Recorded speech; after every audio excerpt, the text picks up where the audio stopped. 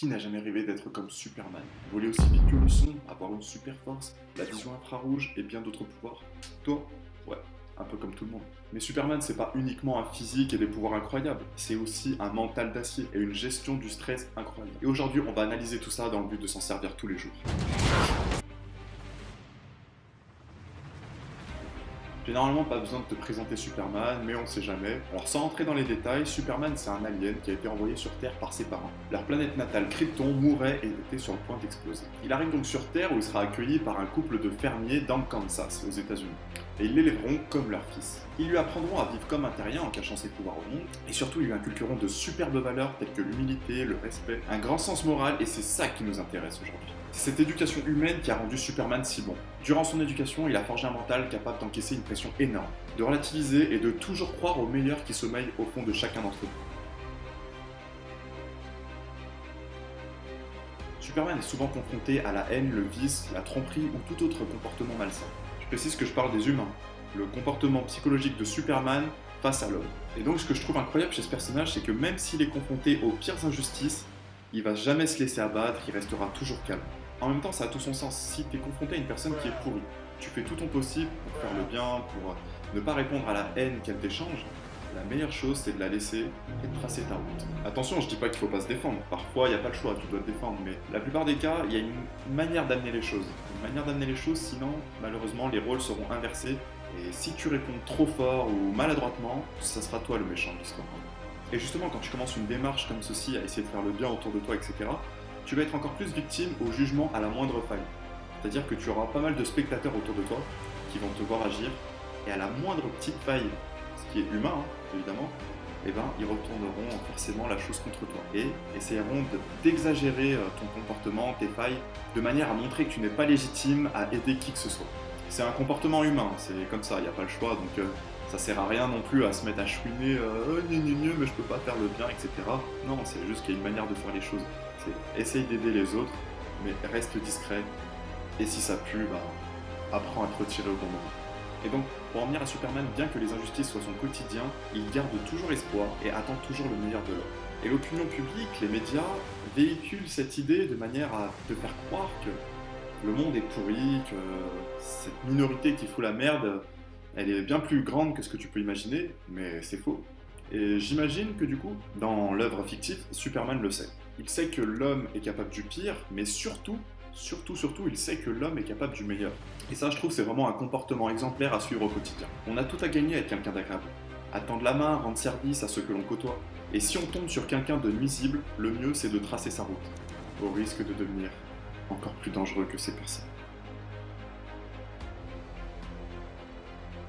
Malgré son mental d'acier, il a lui aussi ses limites, et pour pas péter un plomb, il prend du recul en se retirant dans sa forteresse. Elle se trouve dans l'Arctique et c'est sa zone de réconfort. Et là, je te parle pas de vacances, histoire d'oublier tous tes soucis, non, au contraire, lui, il s'exile pour y faire face.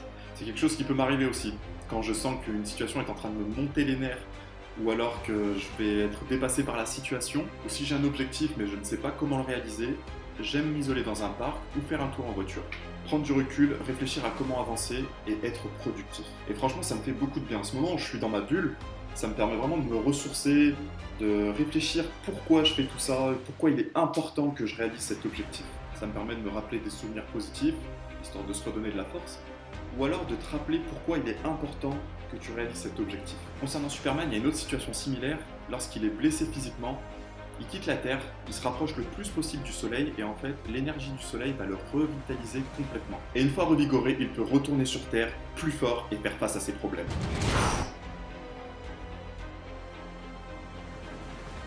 Ce n'est que mon avis, mais je pense que dans la plupart des cas, pour vaincre ces problèmes, il n'y a pas le choix d'avancer et de faire avec. Ne pas s'abaisser à se plaindre, ne pas être défaitiste. Mais il y a une nuance qui est bien différente et c'est savoir se confier. Et Superman, aussi puissant soit-il, il l'a compris. Il a pu compter sur ses proches pour l'aider à porter le poids de ses sentiments. Étant tout petit, il a pu compter sur sa mère pour l'aider à canaliser ses émotions face à ses pouvoirs qui étaient instables. À l'adolescence, il a su exprimer à son père adoptif la difficulté de rester calme face à l'injustice qu'il subissait, et adulte, il a pu compter sur l'aide et le soutien moral de Batman.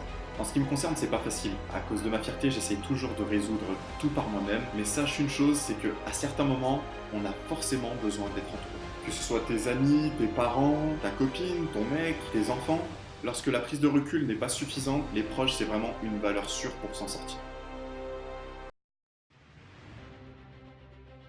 Lorsque tu entreprends quelque chose, la concentration est primordiale. Je t'avais fait une vidéo concernant les objectifs et je mentionnais un peu tout ça. Si tu l'as pas vu, je te mets un petit lien qui devrait apparaître juste là. Je disais donc, sans la concentration, tu échoueras tôt ou tard tout ce que tu entreprends. La concentration, c'est la base. Superman a lui aussi beaucoup de soucis. Ça peut être sa relation amoureuse avec Lois Lane, ça peut être le rachat de sa ferme par les huissiers, ou alors d'autres problèmes de la vie de tous les jours. Mais lorsqu'il est en train de secourir quelqu'un ou en train d'affronter un ennemi très puissant, il ne peut pas se permettre d'être distrait par les problèmes de sa vie. Seul l'instant présent compte. À petite ou grande échelle, on a tous un tas de choses à faire. Et le seul moyen de la réaliser et de la mener à terme, c'est d'y mettre toute sa concentration. Une fois que tu es lancé, tu ne peux plus revenir en arrière.